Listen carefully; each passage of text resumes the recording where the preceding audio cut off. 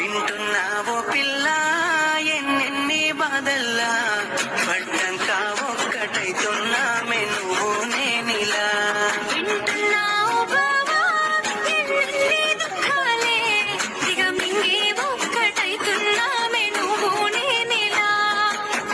కోపమచ్చి మాటలంటని చెయ్యి లేపి దెబ్బ ఉడకని అలిగి నువ్వు పోను చేతువమ్మ తెల్లారి నువ్వే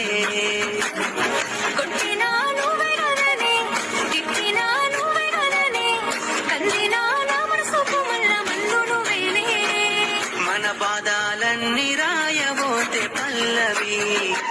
కన్నీళ్ళే రాసుకున్నవి చరణాలవి